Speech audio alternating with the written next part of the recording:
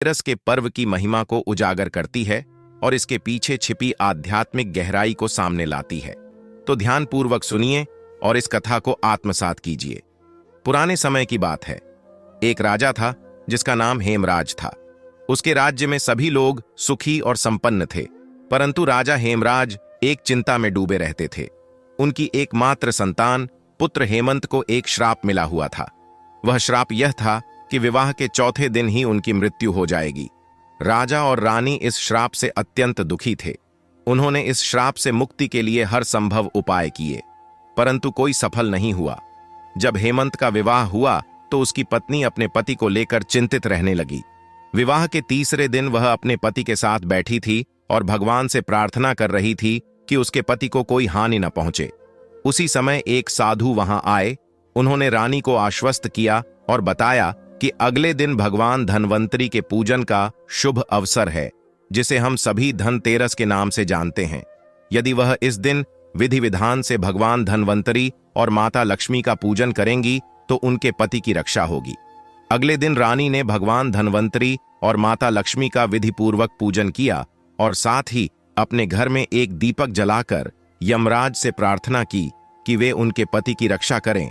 उस रात्रि को जब यमराज उनके घर आए तो द्वार पर जलते दीपक की ज्योति ने उन्हें रोका। यमराज को रानी की भक्ति और उसके विश्वास ने प्रभावित किया और उन्होंने हेमंत की जान बख्श दी। इस घटना के बाद से ही धनतेरस के दिन दीपक जलाने और भगवान धनवंतरी तथा माता लक्ष्मी की पूजा करने की परंपरा आरंभ हुई। मान्यता है कि इस दिन जो भी श्रद्धा से भगवान धनवंतरी और माता लक्ष्मी का पूजन करता है, उसके घर में धन, स्वास्थ्य और समृद्धि बनी रहती है। इसके साथ ही यम दीपक जलाने से घर में अकाल मृत्यु का भय भी नहीं रहता। तो मित्रों, इस धनतेरस पर आप भी भगवान धनवंतरी, माता लक्ष्मी और कुबेर देवता का विधिपूर्वक पूजन करें और अपने परिवार में समृद्ध, स्वास्थ्य और सुख की कामना करें। बहुत समय पहले की बात है। एक छोटे से गांव में एक गरीब किसान माधव अपनी पत्नी और 2 बच्चों के साथ रहता था। माधव बहुत मेहनती और ईमानदार था, लेकिन उसकी जिंदगी में गरीबी का साया हमेशा रहता था। हर साल गांव में दिवाली का पर्व धूमधाम से मनाया जाता था। हर घर में दीपक जलते, पटाखों की गूंज होती और मिठाइयों की खुशबू फैलती थी। लेकिन माधव के घर में केवल एक दीपक जलता और पटाखों की जगह बच्चों की हंसी ही उनका त्योहार बनती थी। इस बार दिवाली से कुछ दिन पहले माधव के खेत की फसल बर्बाद हो गई थी। वह बहुत उदास था, क्योंकि इस बार उसके पास अपने बच्चों के लिए मिठाई और दीपक खरीदने के लिए भी पैसे नहीं थे। हर रात वह बैठकर सोचता, काश इस बार मैं भी अपने बच्चों के लिए कुछ खास कर पाता। उसकी पत्नी लक्ष्मी ने उसे समझाया, कभी निराश मत होना। दिवाली का असली अर्थ है हमारे दिल में आशा और प्रेम का दीपक जलाना। जब तक हमारे पास एक दूसरे का साथ है, हम किसी भी अंधकार को हरा सकते हैं। दिवाली के एक दिन पहले गांव में एक बूढ़ी महिला, जो यात्रा करते समय रास्ता भटक गई थी, माधव के दरवाजे पर आई। उसने माधव से मदद मांगी। हालांकि खुद के पास ज्यादा कुछ नहीं था, लेकिन माधव ने उस महिला को भोजन कराया और रात में ठहरने के लिए जगह दी। जाते समय बूढ़ी महिला ने आशीर्वाद देते हुए माधव को एक छोटा सा मिट्टी का दीपक दिया और कहा, इस दीपक को दिवाली की रात जलाना। यह तुम्हारे जीवन में नया प्रकाश और खुशियां लाएगा।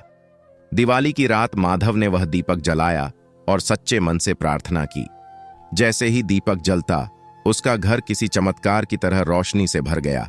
उसके खेत में हर तरफ चमकदार फूल उग आए और घर के बाहर सोने की तरह चमकने वाले सिक्के पड़े थे। उसकी जिंदगी में एक नया सवेरा आया था। गांव के लोग माधव के घर के इस चमत्कार को देखने आए और हर किसी ने उस दीपक की शक्ति को सराहा। माधव ने उन पैसों से न सिर्फ अपने परिवार के लिए, बल्कि पूरे गांव के लिए मिठाई, कपड़े और दीपक खरीदे।